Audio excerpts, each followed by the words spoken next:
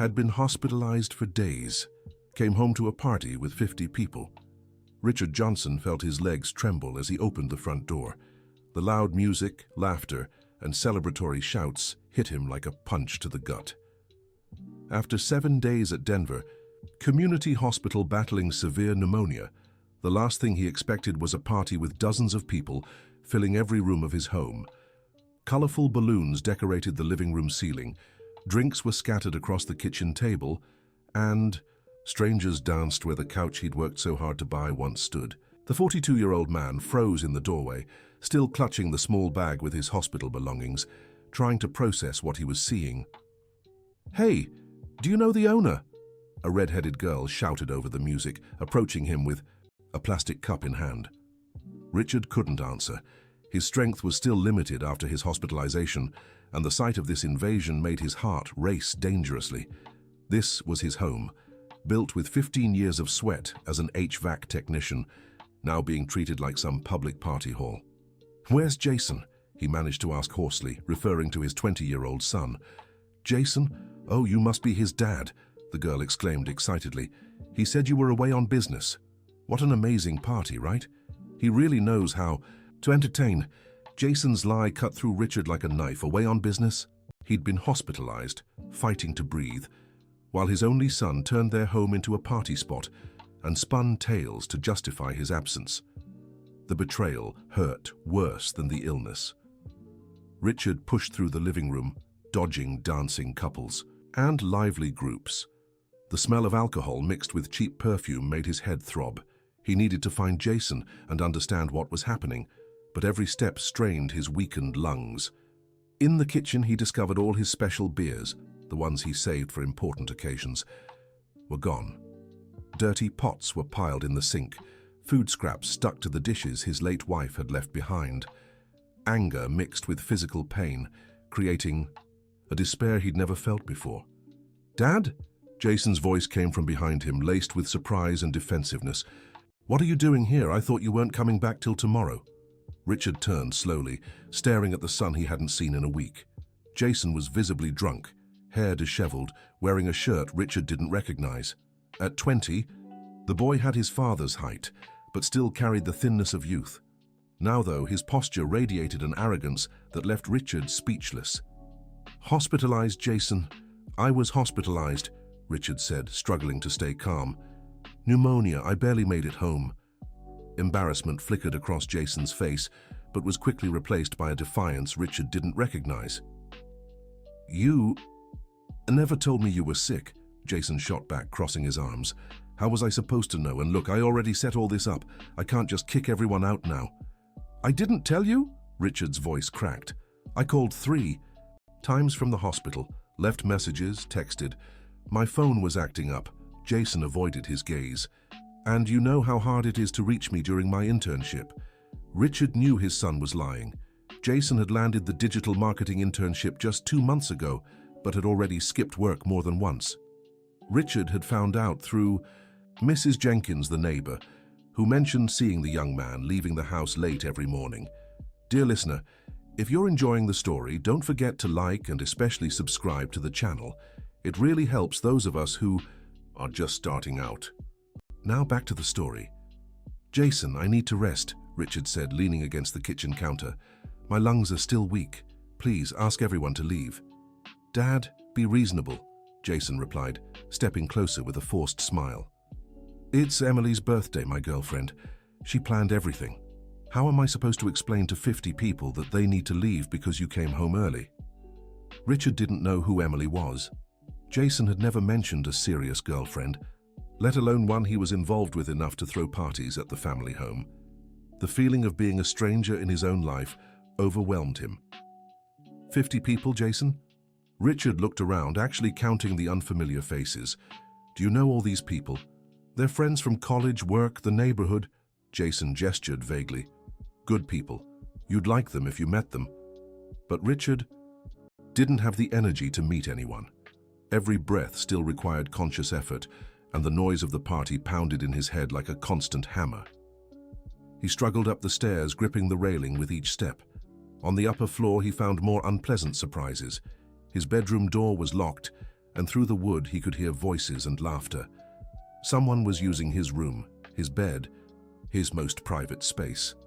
Indignation gave him the strength to knock harder than his lungs allowed. "Someone's in here," a woman's voice shouted from inside the room. "This is my house," Richard replied, coughing immediately after. After a few minutes of movement and whispers, the door opened, revealing a visibly embarrassed young couple. The girl, a brunette with long hair, tried to straighten her red dress, while a blonde guy adjusted his shirt behind her. "Sorry, we didn't know the homeowner was coming back," the guy said, avoiding Richard's gaze. Richard stepped into his own room, feeling like an intruder. The covers were messy, glasses were left on the nightstand where his late wife's photo sat, and a strange smell of cheap perfume filled the space he always kept clean and organized. He sat on the edge of the bed, still wearing the clothes he'd left the hospital in. Physical exhaustion mixed with an emotional fatigue he'd never experienced before. In a week, his life had completely changed. He'd fought a serious illness completely alone and returned to find that his son not only didn't care about his absence, but had taken the opportunity to turn the house into a place of entertainment. The music was still loud downstairs. Richard recognized some of the songs. They were the kind Jason usually listened to, electronic with heavy beats that made glasses vibrate on the tables. Through the bedroom window, he could see some young people had spilled into the backyard, smoking and talking near the plants he'd carefully cultivated for years. A soft knock at the door interrupted his thoughts. Richard hoped it was Jason, coming to apologize and fix the situation. But instead, a woman around 60 entered, her graying hair tied in an elegant bun and her expressive blue eyes warm. She wore a simple but well-kept dress and carried a tray with tea. "Good evening," she said, closing the door behind her. "I'm Margaret, Emily's mother. Jason told me you just got out of the hospital." Richard looked at her in surprise. Among all the young people at the party, he hadn't noticed anyone from his own generation. "Margaret," he repeated, accepting the cup of tea she offered. "I didn't know there was someone else, older downstairs." "I came to pick you up, my daughter," Margaret explained, sitting in the armchair near the window. "But when I arrived and saw the situation, I thought it best to stay. These parties can get out of hand quickly." Richard drank the tea, feeling the hot liquid soothe some of the irritation in his throat. Margaret had a calm presence that completely contrasted with the chaos in the rest of the house. "Jason said you were away on business," Margaret continued, watching Richard carefully. "But judging by your appearance and the way you're breathing, I imagine that wasn't the case." "Pneumonia," Richard confirmed, appreciating the woman's direct honesty. 7 days in the hospital. I barely made it." Margaret nodded, understandingly. "I lost my husband 3 years ago to respiratory complications," she said softly. "I know how frightening it can be, and to come home to this, it must be devastating." Richard felt an unexpected relief in talking to someone who understood the seriousness of his condition. Since leaving the hospital, no one had shown real concern for his health. "I don't know what to do," he admitted. "Jason is my only child. After my wife passed 5 years ago, I've tried my best to raise him, but it seems I'm failing. Only children can develop a certain excessive independence," Margaret said, choosing her words carefully. "Especially when they lose their mother early. They sometimes mistake freedom for a lack of responsibility." The conversation was interrupted by a burst of laughter downstairs, followed by the sound of something breaking. Richard instinctively stood, but Margaret held his arm. "You need to rest," she said firmly. "I'll go down and check. If it's serious, I'll come back." Richard didn't protest. Margaret's presence brought a sense of security he hadn't felt in a long time. As she went downstairs to investigate the noise, he remained seated on the edge of the bed, watching the movement in the backyard through the window. Several of his neighbors had appeared at their windows, clearly disturbed by the commotion. Richard had known these people for years. Mrs. Jenkins, who lived in the house to the right, had taken care of some of his plants while he was hospitalized. Mr. Wilson on the left always greeted him when they met on the sidewalk in the morning. The shame of knowing his neighbors saw him as responsible for this disruption weighed heavily on his chest. Margaret returned after a few minutes with a worried expression. They broke a vase in the living room, she reported, and it looks like someone threw up in the guest bathroom. Things are getting out of control. Richard stood with determination, ignoring the dizziness that still lingered.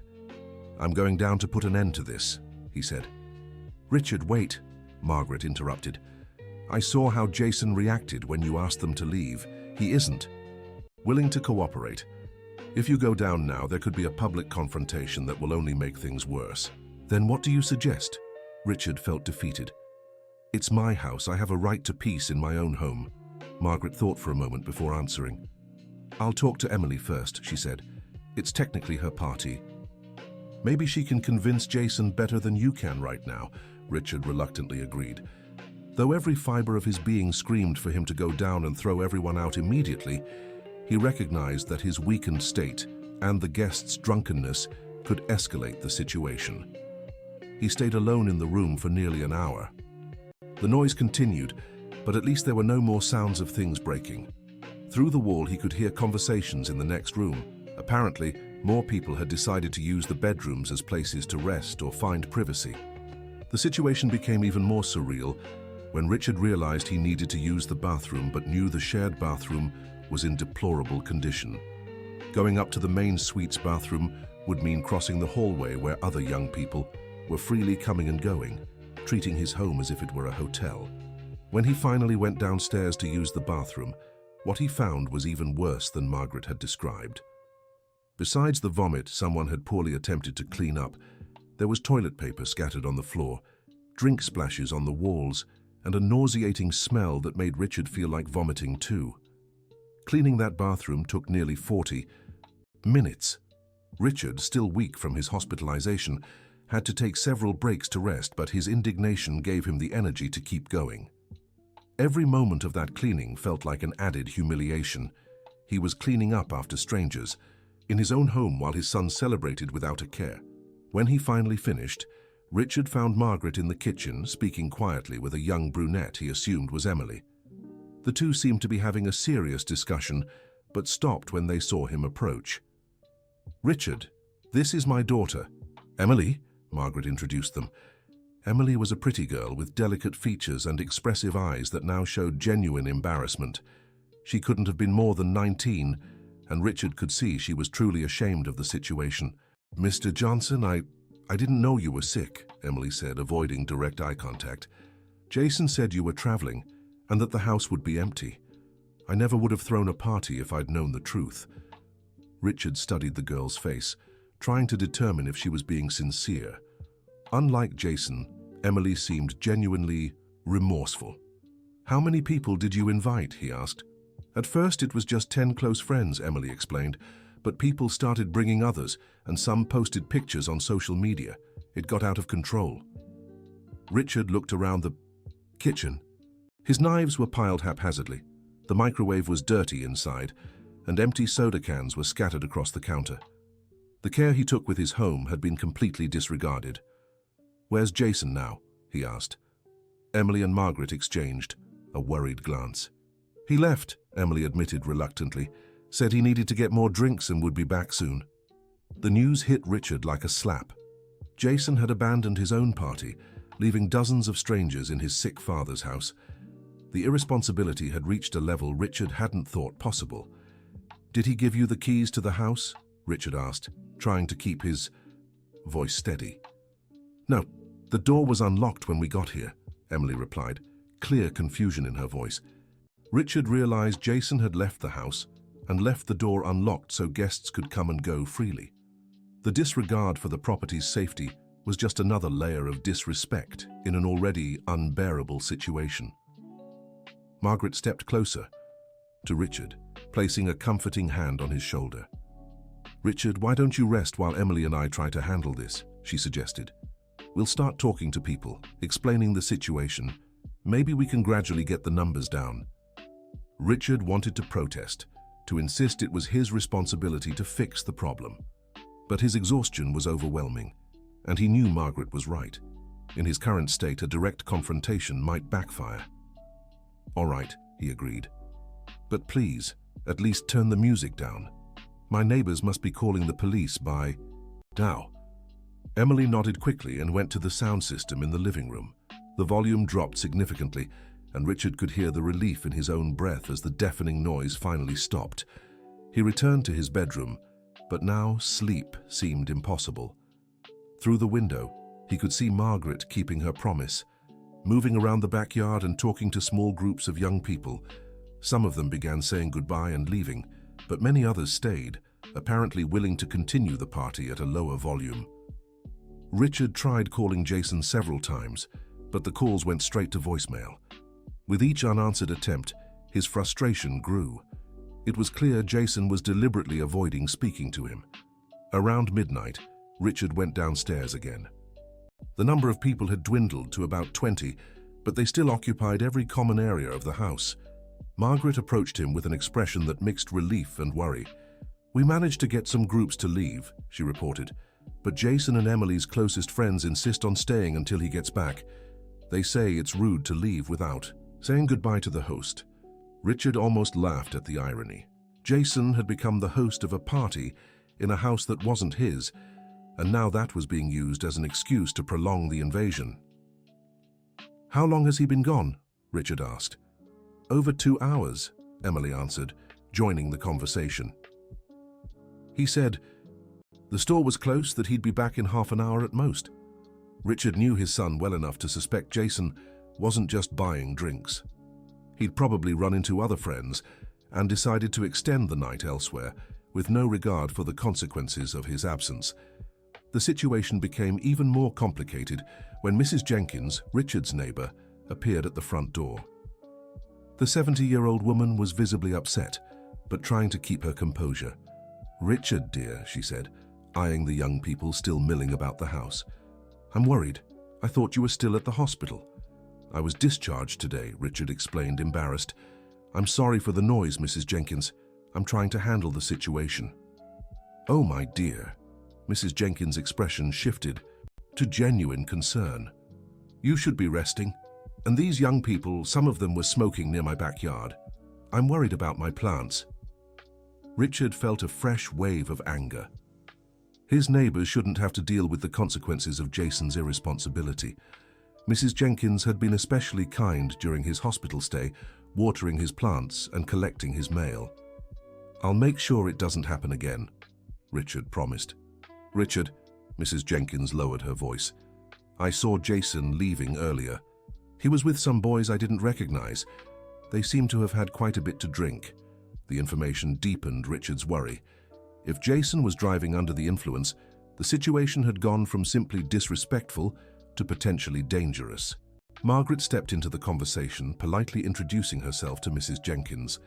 The two women immediately recognized each other as being from the same generation and began talking, which brought Richard some relief. At least there were responsible adults handling things. "Mrs. Jenkins, how about I make sure everyone leaves in the next 30 minutes, Margaret suggested. "Richard needs to rest, and I imagine you and the other neighbors need peace too." "That would be a blessing," Mrs. Jenkins replied, giving Richard a motherly, concerned look. "He looks like he's shaking from exhaustion." Richard noticed he was shaking, but he wasn't sure if it was from physical weakness or emotional stress. The combination of battling a serious illness and coming home to find his house invaded was taking a toll he hadn't anticipated. Margaret took control of the situation with a natural authority that impressed Richard. She addressed the remaining groups firmly but without aggression, explaining that the homeowner was recovering from a hospital stay and needed rest. Most of the young people responded with understanding and began preparing to leave. Emily proved especially helpful, gathering cups and cans scattered around the house. Richard noticed the girl genuinely cared about leaving things tidy, unlike many of the other guests who simply walked out without a second glance. "Mr. Johnson," Emily approached him as she placed empty bottles into a bag. "I'm really sorry. I never meant to cause any trouble. When Jason gets back, I'll talk to him seriously about what happened." Richard studied the girl's sincere face. She seemed genuinely remorseful, but that didn't change the fact that Jason had deliberately lied about the circumstances. "Emily, may I ask how long you and Jason have been dating?" Richard said. 3 months, she replied. tucking a strand of hair behind her ear. "We met in college. He talked about you a lot, but he always said you traveled a lot for work." Richard realized Jason's lies weren't limited to the current situation. His son had constructed a false narrative about their family life, likely to impress his girlfriend, or avoid complicated explanations about their home dynamics. "Did Jason ever mention that my wife passed away 5 years ago?" Richard asked gently. Emily looked genuinely surprised. "No. He said you were divorced, and that she lived in another city," she answered, confusion evident in her eyes. "Mr. Johnson, I don't understand why he'd lie about that." The revelation was another blow to Richard. Jason had completely erased his mother's memory from the story he told others. The woman who had been the center of both their lives, who had fought cancer for 2 years before passing, had been reduced to a non-existent ex-wife in Jason's version. Margaret, who had overheard the conversation, approached with an expression of deep understanding. "Richard, I think the two of you need to have a very serious talk when Jason gets back," she said. "But not tonight. You need to recover first." By around 1 in the morning, everyone had finally left, except Margaret and Emily. The house was unrecognizable. Dirty glasses on every surface, food stains on the furniture, and a lingering smell of alcohol and cigarettes that seemed to have seeped into the curtains. Richard sat on the living room couch, taking in the extent of the damage. It wasn't just the physical objects that had been affected. The sense of safety and peace his home had always represented had been violated, in a way he didn't know how to repair. "Richard," Margaret sat beside him, "you don't have to clean all this tonight. Tomorrow, with more energy, you can figure out what needs to be done." "I can't sleep knowing my house is like this," Richard replied, running his hands over his face. "And besides, Jason still isn't back. I'm worried." Emily, who had been quiet since the revelation about Jason's lies, stepped forward timidly. "Mr. Johnson, can I help clean?" she offered. "I feel like it's my responsibility since it was my party." Richard looked at the girl. Despite the whole situation, Emily had shown more responsibility and consideration in a few hours than Jason had in months. "It's not your fault, Emily," he said softly, "but if you really want to help, I'd be grateful." The three of them spent the next 2 hours cleaning the house. Margaret proved surprisingly efficient, organizing the kitchen while Richard and Emily handled the living room and backyard. Working together created an odd sense of camaraderie that completely contrasted with the chaos of the previous hours. As they cleaned, Richard got to know Margaret better. She had been married for 35 years before losing her husband, worked as a retired teacher, and had 2 grown children besides Emily. Her mature, steady presence was exactly the kind of influence Richard had been missing in his life since his wife passed. "Margaret, can I ask how you handle Emily?" Richard asked as they picked up the last glasses from the backyard. "I mean, she seems very responsible for someone her age." "Emily went through a hard time when her father died," Margaret explained. "I think the loss forced her to grow up quickly, but I also set clear boundaries early on. Maybe it was easier, because I had my husband's support for most of her upbringing." Richard reflected on his own choices as a single father. After his wife's death, he had tried to be both father and mother, often giving in to Jason's requests to make up for the loss of a maternal figure. Now he realized that approach might have caused more problems than solutions. It was nearly 4 in the morning when they finally finished the basic cleaning. The house still wasn't as tidy as Richard preferred, but at least it was livable again. Jason still hadn't returned, and Richard wavered between worry and irritation. "Richard, why don't you two go home and rest?" he suggested. "You've already done way more than you should have." "I won't leave you alone until Jason gets back," Margaret said firmly. "What if something happened to him? You're too weak to handle an emergency by yourself." Margaret's consideration touched Richard deeply. It had been a long time since anyone had shown that kind of genuine care for his well-being.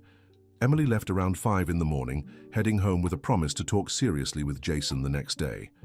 Margaret, however, insisted on staying, sleeping on the living room couch in case Richard needed anything during the night.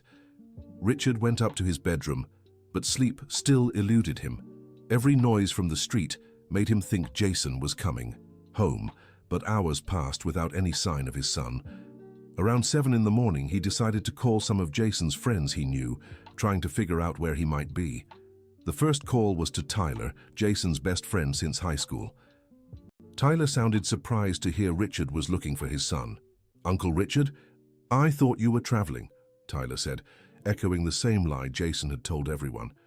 "I was hospitalized, Tyler. Jason didn't tell you?" Richard asked. "Hospitalized? No, he said you were in Chicago for work," Tyler replied, clear confusion in his voice. "Wait, are you okay? Did something serious happen?" Richard briefly explained the situation, and Tyler was visibly shocked to hear about Jason's lies. "Uncle Richard, I saw Jason last night at a club downtown," Tyler confessed. "He was with some guys I don't know very well. Kind of shady people, you know. When I asked about the party at your place, he said it ended early and that you two had worked things out." The information confirmed Richard's suspicions. Jason had left the party, left the house in the hands of strangers, and even lied to his friends about having resolved the situation with his father. "Tyler, do you have any idea where he might be now?" Richard asked. "I'm not sure, but those guys he was with were bragging about having an apartment where they throw parties that last all weekend," Tyler explained reluctantly.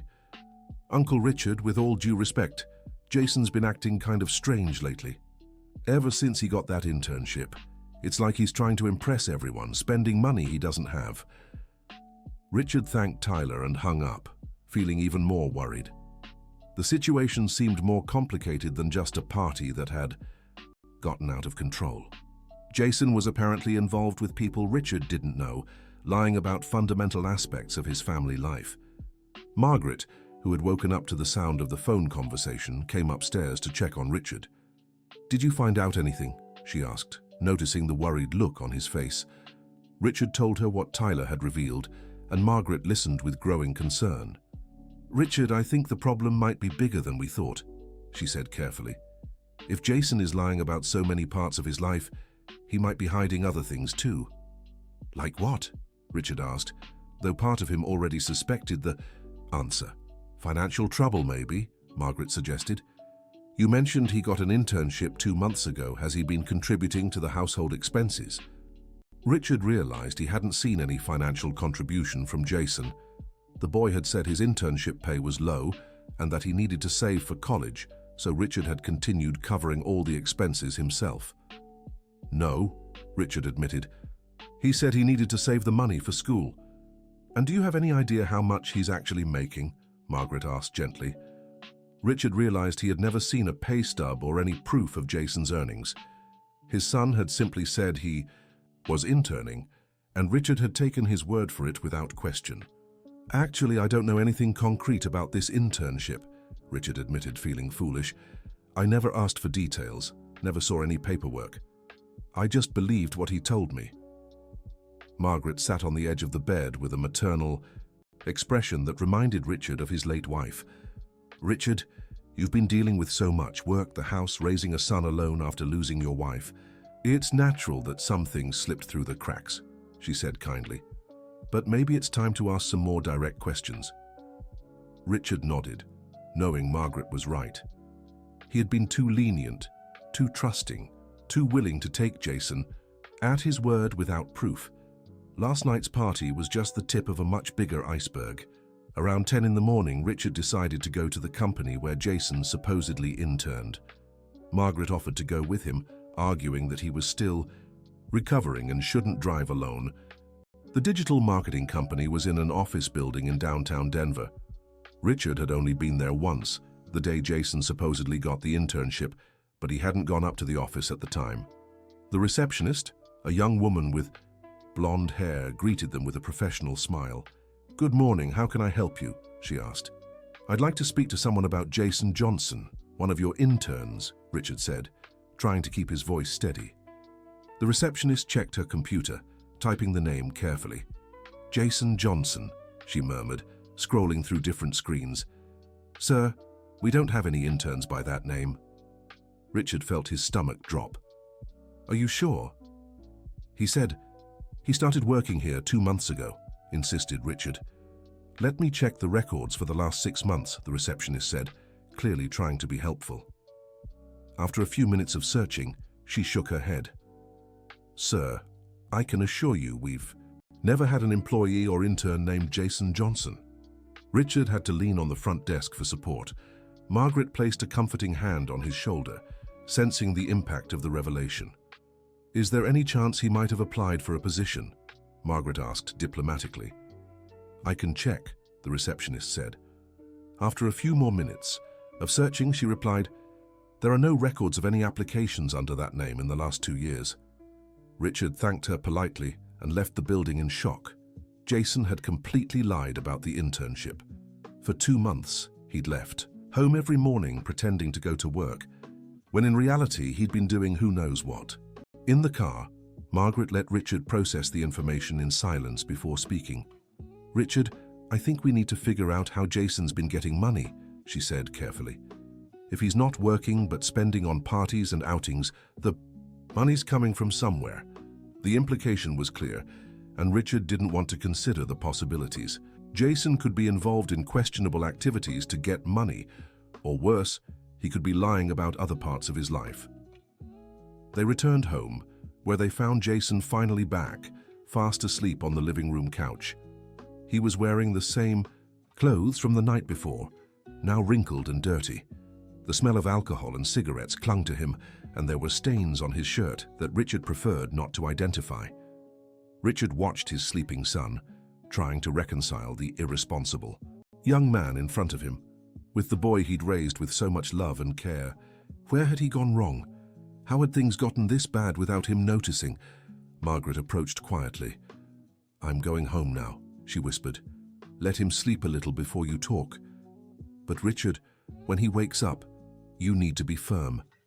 This conversation can't wait. Richard thanked Margaret for everything she'd done, knowing that without her help the previous night would have been much worse. She promised to call later to see how the talk with Jason had gone. Alone in the house, Richard tried to mentally prepare for the confrontation he knew was inevitable. He had so many questions, so many lies to address, so many tough decisions to make. The father-son relationship he'd tried to preserve was clearly broken, and Richard didn't know if it could be fixed. Jason woke up around 3 in the afternoon, shifting slowly on the couch and clearly suffering from a severe hangover. Richard had been sitting in the opposite armchair, watching him silently for nearly an hour. Dad? Jason croaked, rubbing his eyes. Why are you looking at me like that? I'm trying to decide if I still recognize my son, Richard replied calmly. Jason sat up on the couch, still clearly disoriented. Look, about last night? I know things got a little out of hand, Jason started, but Richard cut him off. Jason, I went to the company where you supposedly work, Richard said. The change in Jason's expression was instant. The drowsiness vanished, replaced by poorly disguised panic. Dad, I can explain, Jason began. Can you? Richard leaned forward. Because they've never heard of you, Jason. There was never an internship, never an application, never anything. So for God's sake, explain to me where you've been all these days when you leave the house in the morning. Jason remained silent for long minutes, clearly trying to formulate a response that could minimize the damage. Richard waited, determined, not to make the situation easier for his son. Dad, the internship, it's over, Jason finally said. It's been a few weeks. I didn't want to tell you because I knew you'd worry. Jason, Richard said with forced patience, they told me you never worked there. Not that you were fired, that it never existed.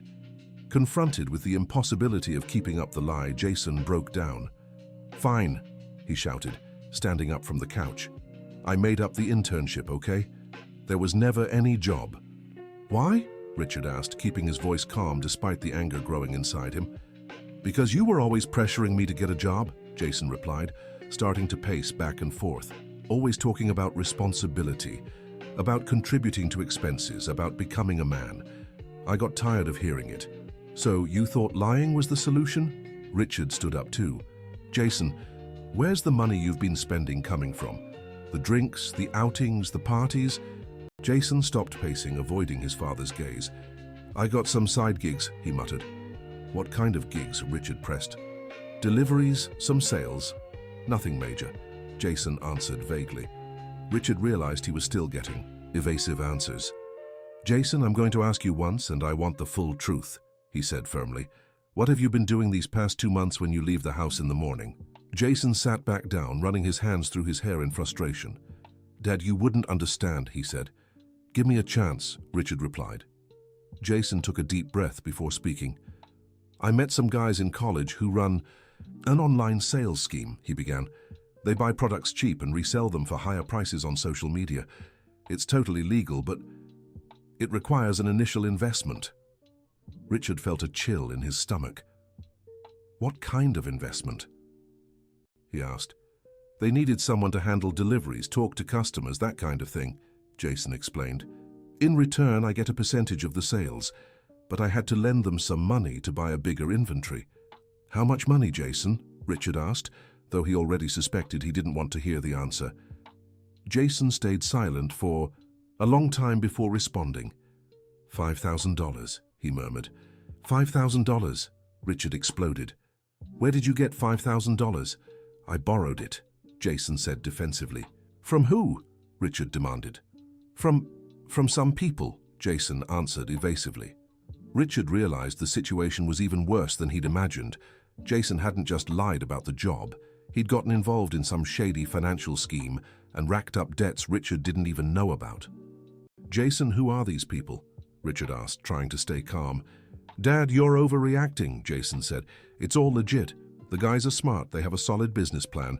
I'll get the money back soon and even make a profit. Richard recognized the tone. It was the same one Jason used as a kid to justify some mischief, the same unfounded confidence that everything would work out without real effort. Jason, where are the products? Richard asked. If you're involved in legitimate sales, there should be merchandise somewhere. They keep everything in their warehouse, Jason replied quickly. More efficient that way. And the receipts, contracts, documents, Richard continued. Dad, you're being paranoid, Jason said, starting to get annoyed. Not every business deal needs a pile of paperwork. Richard realized he was dealing with someone who had been completely deceived or was trying to deceive him as well. In either case, the situation was serious. Dear listener, if you're enjoying the story, take a moment to like and especially subscribe to the channel. It really helps us who are just starting out. Now, continuing. Jason, I want to meet these partners of yours, Richard said firmly. What? Jason seemed genuinely alarmed.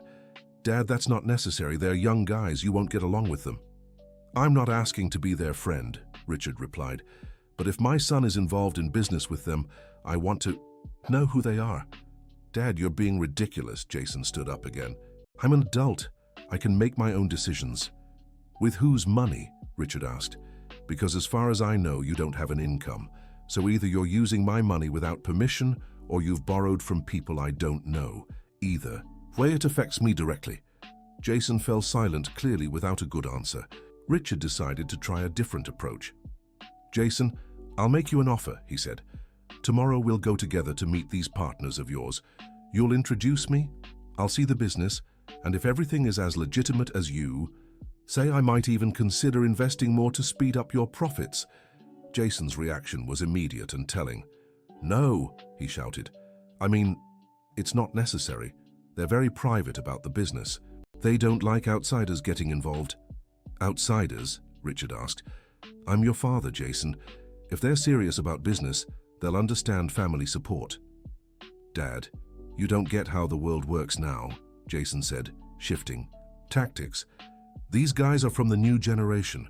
They do business differently, more informal, more trust-based. Richard looked at his son, seeing clearly that Jason was desperate to keep him away from these mysterious partners. It confirmed his suspicions that something was very wrong. Jason, Richard said calmly, I'll be very clear. Either you take me to meet these people tomorrow, or I'll assume you're involved in something illegal and take steps to protect our family. What steps? Jason asked, a note of fear creeping into his voice. First, I'll cancel your extra credit card, Richard began listing. Second, I'll change the passwords on all the family bank accounts. Third, I'll investigate on my own who these people are and where you've been. Dad, you can't do that, Jason protested. I can and I will, Richard said firmly. This is my house, my money, and you're my son under 21.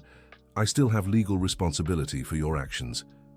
Jason sank heavily onto the couch, clearly realizing he'd lost control of the situation.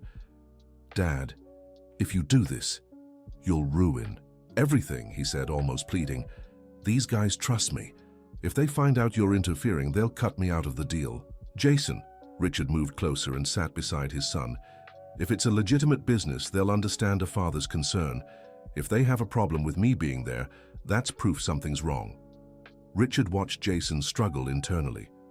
He could see fear in his son's eyes, but couldn't tell if it was fear of losing a real opportunity or fear of Richard discovering something hidden. "Fine," Jason finally said with a deep sigh.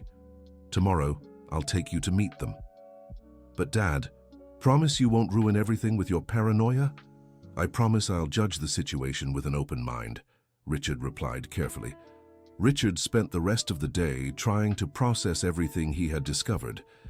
The extent of Jason's lies was far greater than he had imagined. It wasn't just one party that had gotten out of control. It was a systematic pattern of dishonesty that included fake jobs, shady business deals, and hidden debts. Margaret called in the late afternoon to ask how the conversation had gone. Richard told her everything he had found out, and she listened with growing concern. "Richard, this worries me deeply," she said when he finished recounting. "Young people borrowing money for investments with strangers is a classic sign of scams." "I know," Richard admitted, "but I don't know how to approach this without pushing Jason even further away from me." "You're doing the right thing by insisting on meeting these people," Margaret reassured him. "If it's a scam, the sooner you find out, the better. If it's legitimate, there's no harm in you getting involved." "Margaret, can I ask you a favor?"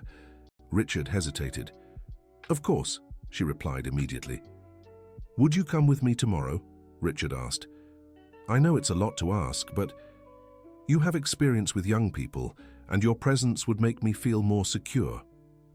Margaret was silent for a few moments before answering. "Richard, of course I'll go," she said. "In fact, I think it's a good idea to have an outside perspective on the situation." Richard felt immense relief. Margaret's presence had been crucial the night before, and he sensed she would be just as valuable in dealing with Jason's mysterious business partners. That night, Richard had trouble sleeping again, but this time it wasn't just worry keeping him awake. It was also the feeling that he was finally taking action to understand and resolve the problems that had piled up. Around 2 in the morning, he heard Jason getting up and going to the kitchen. Richard quietly went downstairs and found his son, sitting at the table, scrolling through his phone with a troubled expression. "Can't sleep?" Richard asked gently. Jason looked up, slightly startled. "I was thinking about tomorrow," he admitted. Richard sat across from his son. "Jason, I want you to know I'm not trying to sabotage your life," he said. "I'm genuinely worried about you. These lies, this borrowed money, it's not normal." Jason was silent for a moment before responding. "Dad, after Mom died, I felt like I had to prove I could handle things on my own," he said, avoiding direct eye contact. "You already had so much to deal with. I didn't want to be another problem." The confession took Richard by surprise. He had spent the last 5 years trying to shield Jason from excessive responsibilities, not realizing his son had interpreted it as a lack of faith in his abilities. "Jason, you were never a problem," Richard said emotionally. "You're my son, my only son. Your mother made me promise to take care of you, but taking care of you doesn't mean I have to do everything alone." "But you always seem to have everything under control," Jason replied. "Work, the house, the bills. I felt useless." Richard realized he had made a fundamental mistake as a single father. In trying to protect Jason from the stresses of adulthood, he had inadvertently created feelings of worthlessness and inadequacy in his son. "Jason, I made mistakes," Richard admitted. "After your mum died, I tried to be both father and mother. Maybe I protected you too much, didn't give you enough responsibilities, but that doesn't justify the lies." "I know," Jason said finally, looking at his father. "Things kind of got out of hand. At first it was just a little lie about the internship because I didn't want to disappoint you.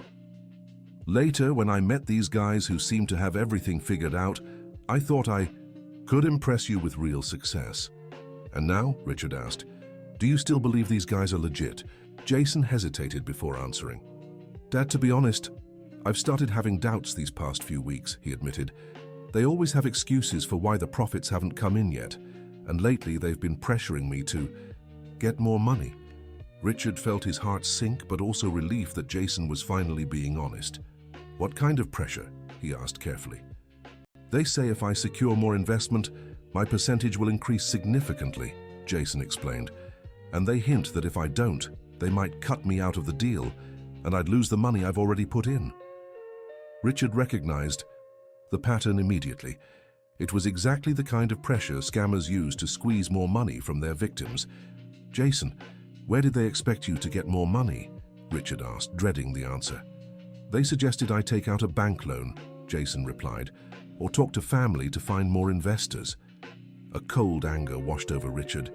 These people hadn't just deceived his son, they were actively using Jason to get to the family's money.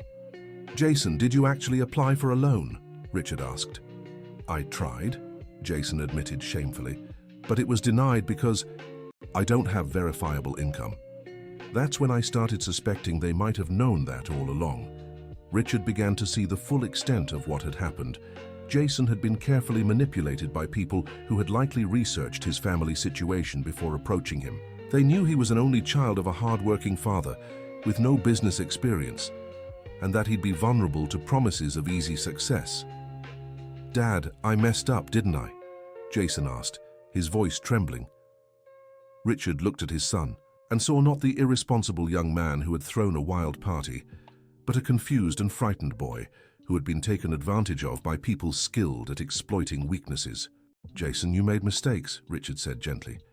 But mistakes can be fixed. What matters is that you're being honest with me now. What if they get furious when they find out you're getting involved?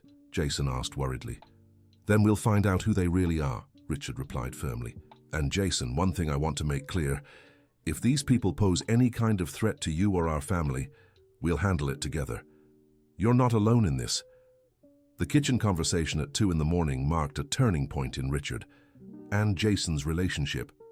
For the first time in years, father and son were completely honest with each other about their fears, insecurities, and mistakes.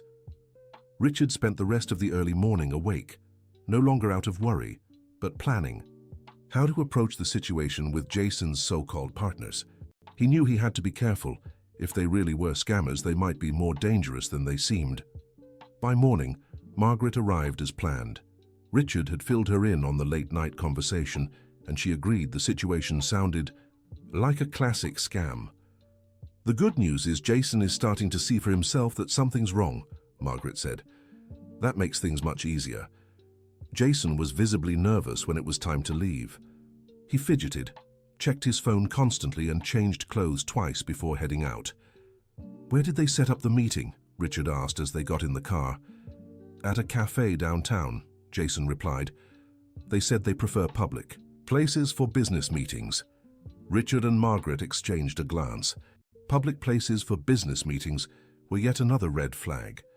Legitimate business people usually had offices, or at least dedicated spaces, for professional meetings. The cafe was located in a busy area of downtown Denver, near several commercial buildings. It was a noisy spot with many small tables and a constant flow of people coming and going.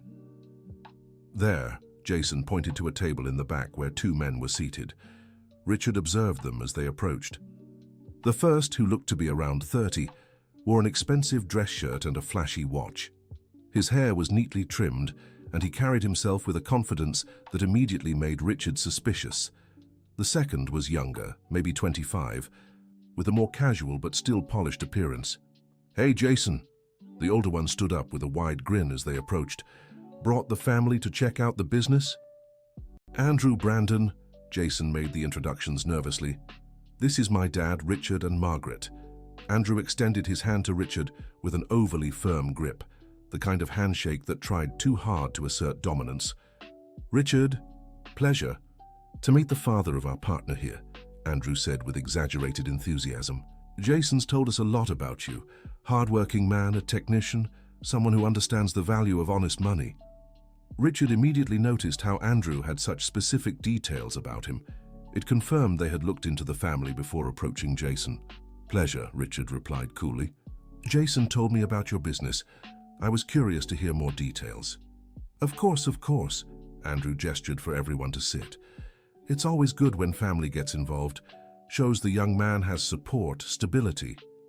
Margaret stayed, quiet, but Richard noticed she was observing everything with sharp attention.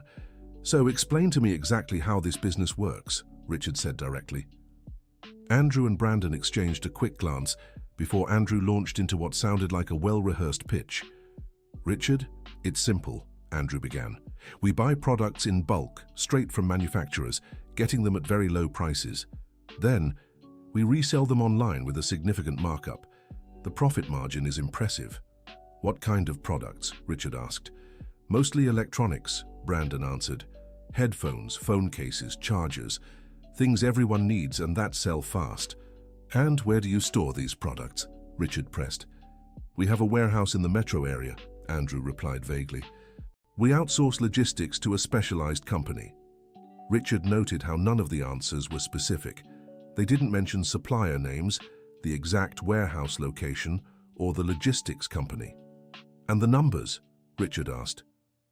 "Jason invested $5,000 2 months ago. How much has he made so far?" Andrew smiled, but Richard caught a flicker of irritation in his eyes. "Richard, that's the thing," Andrew said. "We're in a rapid growth phase. All profits are being reinvested to expand inventory and reach bigger clients. So Jason hasn't seen any returns yet," Richard pushed. "Not in cash," Brandon cut in, "but his stake in the business is steadily increasing in value." Richard recognized the evasive language. It was exactly the kind of answer scammers use to explain why victims never saw real money. "I'd like to see some documents," Richard said calmly. "Contracts, company records, proof of purchases, the basics for any legitimate business." The silence that followed was telling. Andrew and Brandon exchanged another glance, and Richard could see their confidence slipping. "Richard," Andrew finally said, shifting to a less friendly tone, "I don't think you understand how modern business works. Not everything needs a mountain of paperwork." "Actually, I understand perfectly," Richard replied. "I've been working for over 15 years, paying taxes, running a registered business. I know exactly what kind of documentation any legitimate business should have." Margaret decided to join the conversation. "Boys, I'm a retired teacher," she said with a polite smile that didn't reach her eyes. "I've seen plenty of young people over the years, and one thing I always teach is that any proposal that can't be clearly explained to your parents probably isn't a good one." Andrew was visibly irritated now. "Look, you want documents?" he said, pulling a folder from the floor. "Here are some sales receipts." Richard examined the papers Andrew handed him. They were printouts of computer screens showing supposed online sales, but anyone with basic computer knowledge could have created those images in minutes. "Andrew," Richard said, returning the papers, "these aren't official documents. They're just screenshots anyone could have made." "Man, you're being way too paranoid," Brandon said, starting to show his true colors. "Jason trusts us. Why can't you trust your own son?" Richard realized they were trying to use the father-son relationship as leverage. "I trust my son," Richard replied firmly. "It's you I don't trust." Andrew stood up abruptly. "You know what?" he said. "I think this meeting was a mistake. Richard, you clearly don't have the mindset to understand modern business opportunities. And you clearly don't have the documentation to prove you're running a legitimate business." Richard shot back, standing as well. "Jason." Andrew turned to the young man, who had stayed silent the whole time. "You need to decide if you want to work with people who understand the future or stay stuck in the past with your dad." Richard saw Jason hesitate, and for a moment he feared his son would choose to side with the scammers, but then Jason also stood up. "Andrew, Brandon," Jason said, his voice trembling slightly, "I think I want my money back." "Your money back?" Andrew laughed, but there was no humor in his voice. "Man, you're a business partner. There's no money back in investments. Legitimate investments have contracts that specify exactly those terms," Margaret interrupted calmly. "And they all have exit clauses." Brandon leaned forward aggressively. "Listen up," he said. all pretense of professional courtesy gone. Jason's money's already been invested.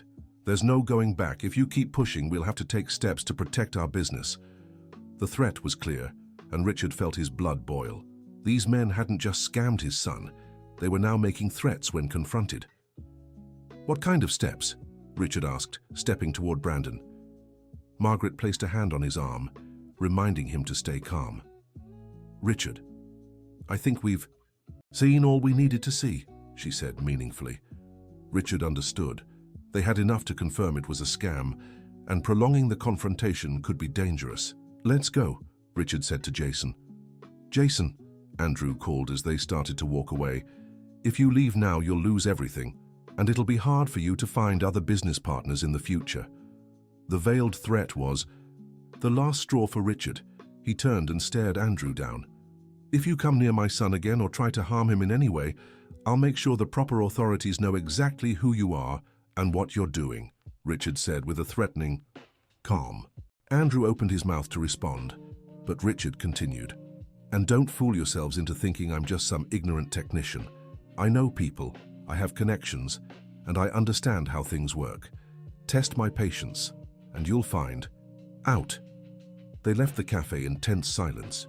Richard was furious but also proud of how Jason had handled himself in the end, choosing to leave with his family rather than stay with the scammers.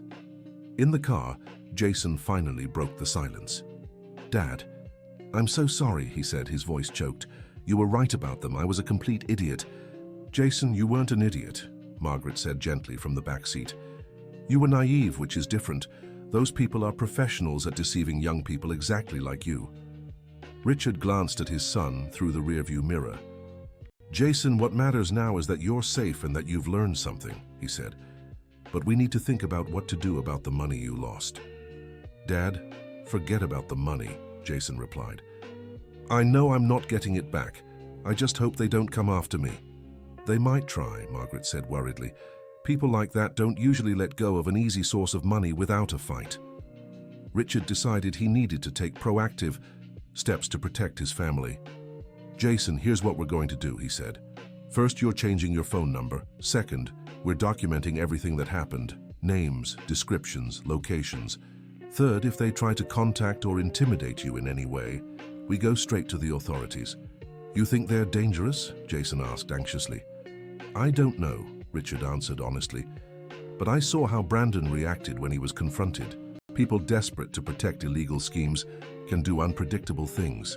Margaret suggested they stop by the police station to file a report, officially documenting the scam and the threats. Richard agreed, recognizing that having an official record could be important if the situation escalated. At the station, the detective who assisted them, Michael Roberts, listened carefully to their story. Unfortunately, this kind of scam is becoming very common, he said. They usually target college kids from stable families. Your profile fits exactly what they look for. Is there any chance of getting the money back? Richard asked. Very slim, Detective Roberts admitted. These groups usually move the money fast and are hard to trace, but I'll document everything and open an investigation. If we can link it to other similar cases, we might establish a pattern. The detective also gave practical safety advice. Jason, change your social media passwords, email, everything, he instructed. These people often use personal information for new approaches. And if any of you get suspicious contacts, call me immediately. They returned home in the late afternoon, mentally exhausted, but with a sense that they were finally handling the situation properly. Richard realized that despite all the pain and worry, the ordeal had brought him and Jason closer, in a way they hadn't been in years. That evening, Richard and Jason sat on the back porch, talking more openly and honestly than they had since Jason's mother passed away. Dad, can I ask you something? Jason said, breaking a comfortable silence. Of course, Richard replied. Why did you never talk about how hard it was after Mom died? Jason asked. It always seemed like you had everything under control. Richard thought carefully before answering. Jason, when your mother died, I felt I needed to be strong for you, he explained. You were only 15, dealing with your own pain. I thought if you saw me struggling too, it would make things worse. For you. But Dad, that made me feel like my pain wasn't normal, Jason confessed. You seemed fine, so I thought I should be fine too. When I couldn't, I felt weak. Richard realized he had made another fundamental mistake. By trying to protect Jason from his own vulnerability, he had inadvertently taught his son that showing emotions was a sign of weakness. Jason, I wasn't okay, Richard admitted. There were nights I cried so much I didn't think I could get up in the morning. There were times I wanted to give up on everything. Your mother was my partner in everything. Raising you, household decisions, plans for the future. Losing her was like losing half of myself. Why didn't you ever tell me that? Jason asked, his voice trembling. Because I was the adult and you were the child, Richard explained. But maybe I should have let you see that it was normal to struggle, normal to have a hard time. Maybe that would have helped you understand that we all need help sometimes. Dad, I think that's part of why I fell for those scammers, Jason said slowly. They offered something I always wanted, the feeling of being in control, of being successful, of not needing help. Richard understood. Jason had been drawn in not just by the promise of money, but by the illusion of independence and competence the scammers had sold him. Jason, I want you to know something, Richard said, looking directly at his son. I don't need you to be perfect. I don't need you to be independent at 20, and I definitely don't need you to prove anything to me. You're my son. I love you unconditionally, and we'll get through this together for as long as you need. It was the first time in years Richard had seen Jason cry openly. The young man had carried so much emotional weight alone, trying to live up to an impossible standard he had created based on his interpretation of his father's apparent strength. Dad, I want to start over, Jason said through tears. I want to be honest about everything. I want to learn how to be a real adult, not pretend I already am. And I want to learn how to be a better father, Richard replied. Maybe we can figure it out together. The conversation on the porch lasted late into the night. Father and son shared memories of the wife and mother they had lost, talked about their fears and hopes, and for the first time since her death, Richard felt that he and Jason were truly connected as a family. Margaret called the next day to check on them after their confrontation with the scammers. Richard, how are you and Jason doing? She asked. I was worried after those threats. We're okay, Richard answered. Actually, I think we're better than we've been in years. We had a much-needed talk last night. That's good, Margaret said with genuine relief. What about the scammers? Any contact? Not so far, Richard confirmed. Jason changed his phone number like Detective Roberts suggested. We're hoping. They'll just move on to other victims. Richard, can I suggest something? Margaret asked hesitantly. Of course, Richard replied, valuing her perspective. I think it would be good for Jason to get involved in something constructive now, she suggested. Maybe a real job or a course or volunteer work, something that gives his days structure and real self-esteem. Richard agreed completely. Jason needed something positive to occupy his time and mind, especially now that he had admitted he wasn't really studying or working. Do you have any specific suggestions? Richard asked. Actually, I do, Margaret said. Emily works part-time at a non-profit that teaches computer skills to seniors. They always need young people to help with the technical side. It doesn't pay much, but it's real work, with real people, making a real difference. The idea appealed to Richard. It would be perfect for Jason. Genuine work that would use his tech skills but also connect him with older folks who could offer perspective and guidance. I'll talk to Jason about it, Richard promised. When Richard mentioned the opportunity to Jason, the young man seemed genuinely interested. Dad, this sounds way better than any get-rich-quick scheme, Jason said. And I admit it'd be nice to work with Emily. She seems like one of the few people my age who has her head on straight. Richard was pleased to see Jason developing better judgment about the people around him. Want me to call Margaret and ask her to set up an interview? Richard offered. Actually, Dad, can I call myself? Jason asked. I want to start handling my own responsibilities. Richard smiled, seeing a new sense of maturity emerging in his son. The next few days passed quietly. Jason landed the interview at the non-profit and was accepted to start the following week. He began leaving the house in the mornings again, but this time for something real and productive. Richard returned to work, feeling more connected to Jason than he had in years. They settled into a routine of having dinner together and talking about their day, something simple that had been missing from their lives. Margaret became a regular presence, not intrusive, but as a family friend who offered wisdom and perspective when needed. Richard began to realize his feelings for her went beyond gratitude for her help during the crisis.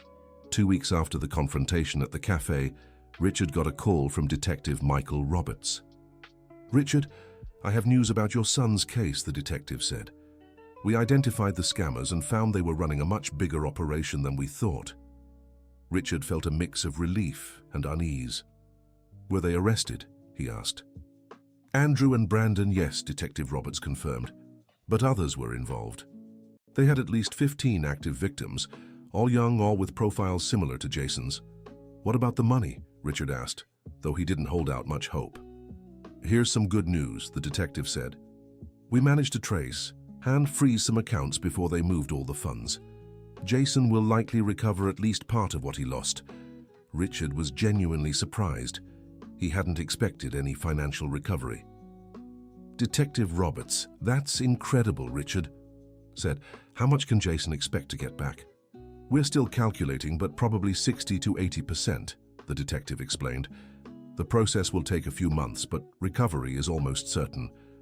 Richard rushed to share the news with Jason, who was in the kitchen making lunch, another new responsibility he'd taken on willingly. "Jason," Richard called out, entering the kitchen. "The detective called. They arrested Andrew and Brandon." Jason turned from the stove, immediate relief on his face. "Seriously?" he asked. "They won't be able to bother me anymore." "Not just that," Richard continued. "You're getting most of your money back." Jason sank into a kitchen chair, as if weeks of worry had finally lifted from his shoulders. "Dad, I can't believe it," he said. "I thought it was gone forever. And I thought you'd learned there's no such thing as easy money," Richard said with a smile. "I learned way more than that," Jason replied solemnly. "I learned that when something seems too good to be true, it probably is. And I learned that it's better to be honest and ask for help than to try to handle everything alone." Richard sat beside his son, noticing how Jason had matured over the past few weeks. "Jason, I'm proud of how you've handled all this," Richard said. "It took courage to admit your mistakes and even more to face those guys with me." "Dad, can I tell you something?" Jason asked. "The whole time I was lying about the internship and getting mixed up with Andrew and Brandon, I felt awful. I couldn't sleep. I was always worried. Even when I was trying to impress you, I felt worse than ever." "And now?" Richard asked. "Now, even though I'm working somewhere that barely covers my personal expenses, I feel better than I have in months," Jason replied. "Because it's real, it's honest, and you know exactly what I'm doing." Richard hugged his son, feeling they had finally found a healthy balance in their relationship. That afternoon, Margaret visited to hear the news about the scammer's arrest. Richard noticed how genuinely she cared for Jason's well-being, treating him like one of her own. "Margaret, I don't know how to thank you for everything you've done for us," Richard said, when Jason stepped out to grab something from the garage. "Richard, there's no need," she replied. "Emily adores Jason, and I've grown very attached to both of you." Richard realized it was time to be honest about his own feelings. "Margaret, can I ask you something personal?" he said. "Of course," she answered, a faint blush coloring her cheeks. "Would you like to have dinner with me?" Richard asked. "Just the two of us, like a date."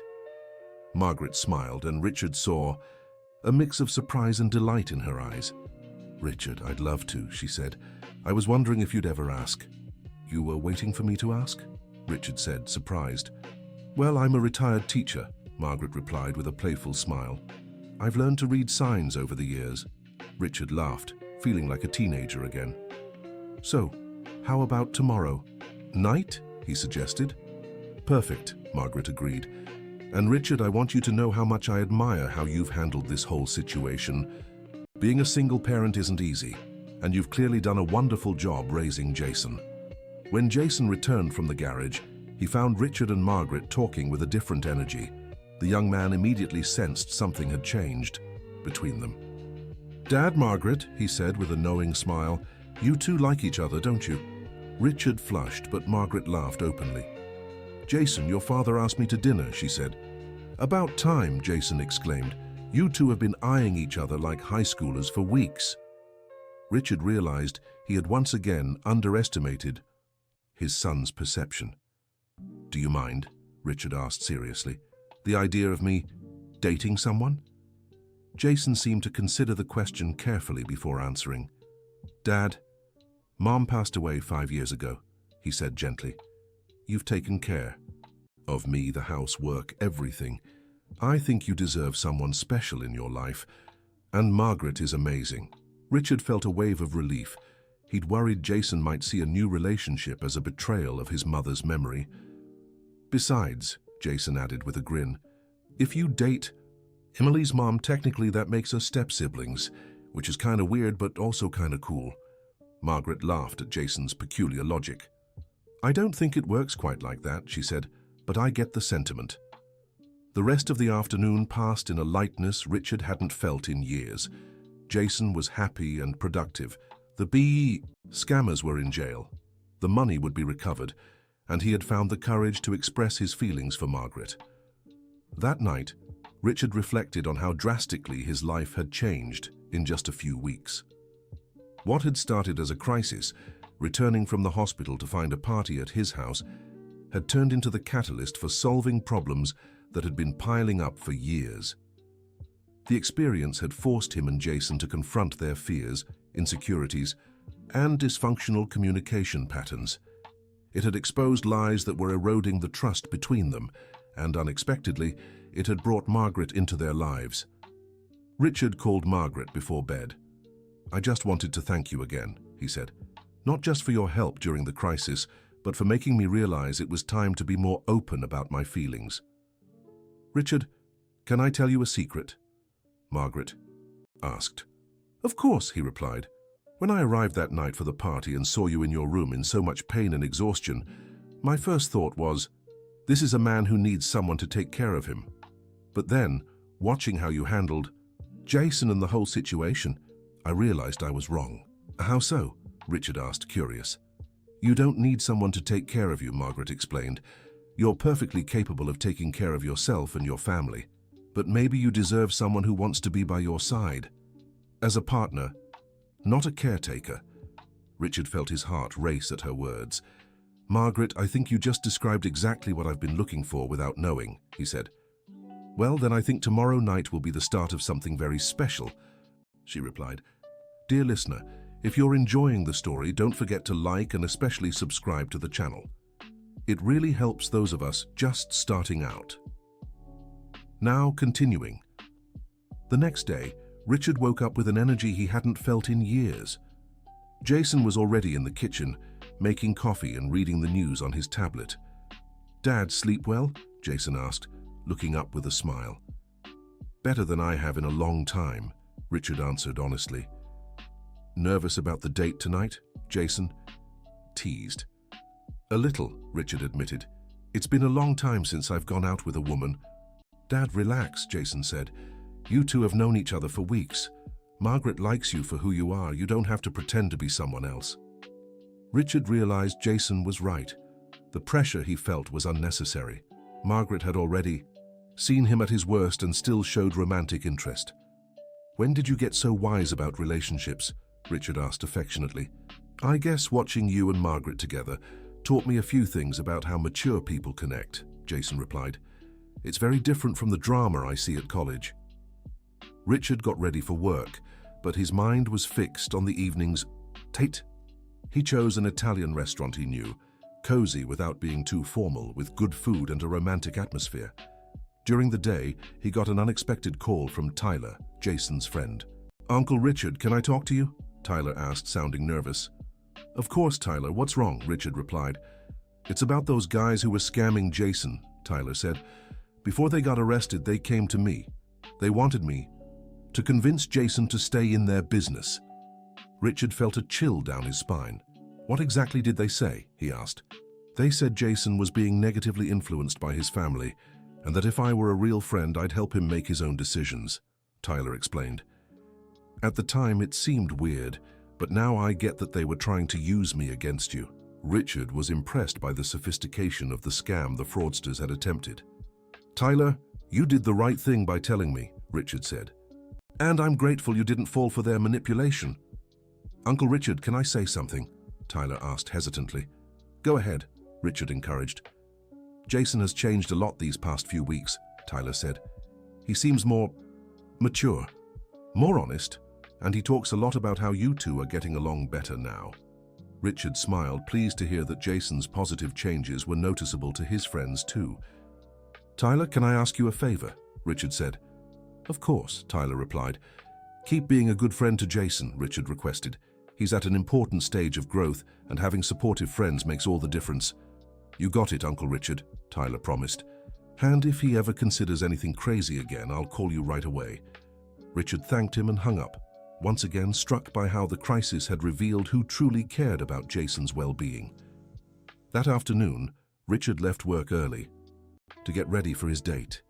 When he got home, he found Jason in the living room with Emily, working together on some computer project. Hey, Dad, Jason said excitedly. Emily's helping me prepare a presentation for the NGO about easier computer programs for seniors. Richard watched the two young people working together and realized how well suited they were for each other. Emily brought stability and practicality to Jason's life, while he offered creativity and enthusiasm. That's great, Richard said. And Emily, how's your mom doing? Nervous, Emily replied with a laugh. She's changed outfits 3 times and is reorganizing the whole apartment like you're coming over for dinner. Richard laughed, relieved to hear Margaret was just as nervous as he was. Mr. Johnson, Emily said more seriously, I wanted to thank you for handling the situation with those scammers so well. My mom told me how you protected Jason and kept things from getting worse. Emily, any father would do the same. Richard replied modestly. Actually, they wouldn't, she said. Some of my friends have been through similar problems, and not all parents reacted in such a constructive way. Richard understood Emily had seen other cases where parents responded with punitive anger instead of addressing the underlying issues. Well, I should get ready for my date now, Richard said, heading for the stairs. Dad, Jason called after him, have fun. You deserve it. Richard went up to his room and picked out his best dress shirt and a pair of pants Margaret had once complimented. He took a long shower, shaved with extra care, and looked at himself in the mirror. For the first time in years, he didn't just see a tired man trying to hold everything together. He saw someone who had faced tough challenges and come out stronger on the other side, someone who deserved happiness and companionship. Before leaving, Richard stopped by the room that had belonged to his late wife, where he still kept some of her things. He sat on the edge of the bed and spoke to her as he sometimes did when he needed guidance. Catherine, I know you're not here to answer, but I need to tell you a few things, he said softly. I've met someone, a wonderful woman who helped me when I needed it most. I know you always said you wanted me to be happy if anything ever happened to you, but I still feel like I'm betraying you. Richard stayed silent for a moment, as if waiting for a response. Margaret is very different from you, he continued. More straightforward, more practical, but she has the same kindness that made me fall in love with you, and she loves Jason as if he were her own son. I think you'd like her. Richard stood up, kissed his fingers, and touched the frame of Catherine's photo. Thank you for giving me Jason, and for teaching me what it means to love someone completely, he said. Now give me the strength to love again, differently, but just as truly. When he went downstairs, Jason and Emily were at the door, clearly waiting to say goodbye to him. Dad, you look great, Jason said approvingly. Are you sure? Richard asked, adjusting his tie for the 3rd time. Mr. Richard, my mom is going to be speechless, Emily said with a smile. Richard drove to Margaret's apartment, feeling a mix of nervousness and excitement he hadn't experienced in years. When she opened the door, he truly was speechless. Margaret was wearing a simple, yet elegant navy blue dress that brought out her eyes. Her hair was styled looser than usual, and she wore subtle makeup that made her look even more beautiful. Richard, she said with a radiant smile, you look very handsome. Margaret, you're stunning, Richard replied, offering the small bouquet of flowers he had bought on the way. How beautiful, she exclaimed, smelling the flowers. Let me put these in water quickly, and then we can go. During the short drive to the restaurant, Richard felt surprisingly at ease. The conversation flowed naturally as it always did with Margaret, but there was a new layer of intimacy that made everything more thrilling. "Richard, can I confess something?" Margaret said as they waited to be seated at the restaurant. "Of course," he replied. "It's been a long time since I've been nervous because of a man," she said with a shy smile. "I forgot what this feels like." "Me too," Richard admitted. "But it's a good feeling, isn't it?" "Very good," she agreed. The restaurant was perfect. Soft lighting, pleasant background music, and a private table that allowed for intimate conversation. Richard had made the right choice. Over dinner, they talked about their lives more deeply than before. Margaret shared about her years as a teacher, the joys and challenges of shaping young minds. Richard spoke about his passion for technical work, the satisfaction of solving complex problems with his own hands. "Margaret, can I ask about your marriage?" Richard said carefully. "What was it like losing your husband?" Margaret was silent for a moment, swirling the wine in her glass. "It was different from your experience," she finally said. "Robert got sick very quickly. From diagnosis to his passing, it was only 6 months. In some ways, it was easier because there wasn't prolonged suffering. In others, it was harder because I didn't have time to prepare." "And how did you cope?" Richard asked. "Badly," Margaret answered honestly. "For nearly 2 years afterward, I could barely leave the house. It was Emily and my other children who forced me to start living again." Richard admired her honesty. Many people tried to make it seem like they had handled devastating losses better than they really had. "And you?" Margaret asked. "What was it like with Catherine?" Richard told her about Catherine's 2-year battle with cancer, how they had tried to maintain normalcy for Jason while dealing with treatments and alternating hope with disappointment. "The hardest part," Richard confessed, "was when she made me promise to move forward after she was gone. At the time, I promised just to give her peace. I never imagined I'd actually be able to do it someday." "And have you?" Margaret asked, gently. "I think I'm doing it now," Richard replied, looking directly into her eyes. Margaret smiled, and Richard saw tears forming in hers. "Richard, can I tell you why I was drawn to you?" she asked. "I'd love to know," he replied. "When I arrived at the party that night and saw how you were handling the situation, sick, exhausted, betrayed by your own son, yet still trying to do the right thing, I saw a man of true character," Margaret explained. "And then, watching how you made an effort to understand Jason instead of just punishing him, I realized you're the kind of man I'd want in my life." Richard was moved by her sincerity. "Margaret, you saved me that night," he said. "Not just from the party, but from myself. I was about to explode with anger and do things I'd regret later. Your presence gave me the strength to handle everything constructively." "Then we saved each other," Margaret said, reaching her hand across the table. Richard took her hand, feeling the electric connection of their touch. It was different from anything he'd felt since Catherine, but just as powerful. After dinner, they walked slowly to the car, neither wanting the night to end. "Richard, would you like to have coffee at my apartment?" Margaret asked when they reached her car. "I'd love that," Richard replied. In Margaret's apartment, Richard could see more of her personality reflected in the decor.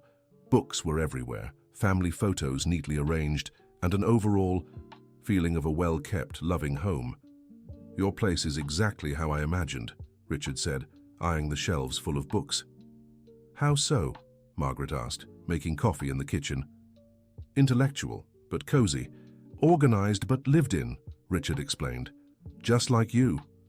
Margaret smiled, bringing 2 cups of coffee to the living room. They sat on the sofa, leaving a respectful space between them, but Richard could feel the energy of their closeness. "Margaret, I need to ask you something," Richard said, setting his cup on the coffee table. "Go ahead," she replied. "Where do you see this going?" Richard gestured between them. "I mean, our kids are dating. We're from a generation that takes relationships seriously. I want to make sure we're on the same page." Margaret studied him for a moment before answering. "Richard, I'm 62, she said. "I don't have time or energy for games or casual relationships. If I'm here with you, it's because I see potential for something real and lasting." "And what would something real look like for you?" Richard asked. "Companionship," Margaret replied without hesitation. Someone to share joys and shoulder burdens with. Someone who understands this stage of life is about building on solid foundations, not starting from scratch. Richard nodded, completely aligned with her perspective. Margaret, I think I want the same things, he said. And one more thing. What? She asked. I want you to know I'm not looking for a replacement for Catherine, Richard said carefully. I'm looking for a new partner. For this new chapter of my life. Someone who understands I can honor my past while building a different future. Margaret moved closer to him on the sofa, taking his hands. Richard, that's exactly what I needed to hear, she said. Because I'm not looking for a version of Robert either. I'm looking for Richard. With all your history, your scars, your unique qualities. Richard felt the moment had come. He leaned toward Margaret, and she did the same. Their first kiss was gentle, tentative, like two teenagers discovering romance. For the first time. But it quickly deepened, carrying all the emotion and connection they'd built over the weeks. When they pulled apart, both were breathing unevenly. Wow, Margaret whispered. Yeah, wow, Richard agreed. They stayed wrapped in each other's arms on the sofa for over an hour, talking about hopes and plans, their children, and how they might weave their lives together. When Richard finally got home, it was almost midnight. He found Jason still awake, pretending to watch TV but clearly waiting to hear how the date had gone. So, Dad? Jason asked with an expectant smile. It was perfect, Richard replied simply. Are you seeing each other again? Jason asked. Tomorrow night, Richard answered, if you don't mind. Dad, I've told you, I'm happy for you, Jason said sincerely. And I can tell Emily will be thrilled when she finds out you're officially dating. Officially dating? Richard repeated with a smile. I guess that's right. Richard went up to his room, feeling more whole than he had in years. Not just because of the romantic development, but because his entire life seemed to finally be falling into place harmoniously. In the days that followed, Richard and Margaret established a routine of seeing each other daily. Sometimes they went out to dinner. Sometimes they cooked together at home, and sometimes they simply took walks around the neighborhood talking about their days. Jason and Emily clearly approved of the relationship, often making excuses to leave Richard and Margaret alone, or suggesting group activities that ended up feeling like double dates. A week after their first official date, Margaret was in Richard's kitchen helping him prepare dinner when Jason came home from work with a radiant expression. Dad, Margaret, he announced, I have news. What happened? Richard asked, noticing his son's unusual excitement. First, the detective called me at work, Jason began. The money's being returned. Not the full $5,000, but $3,800. That's way more than I expected to recover. Richard and Margaret spontaneously hugged, sharing Jason's joy.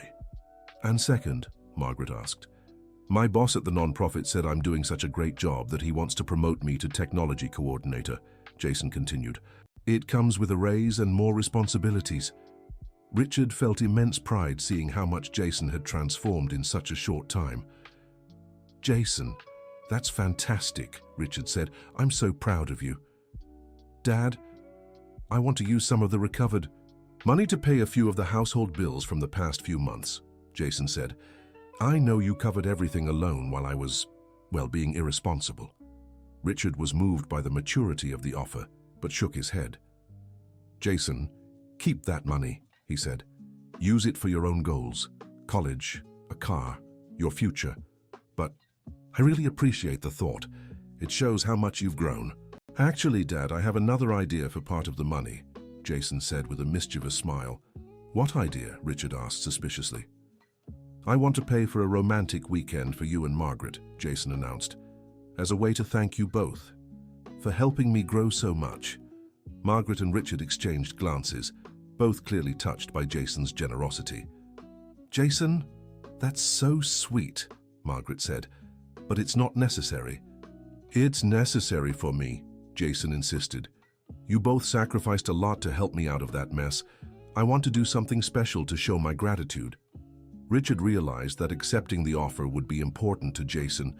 It would be his way of actively contributing to the happiness of the adults who had supported him.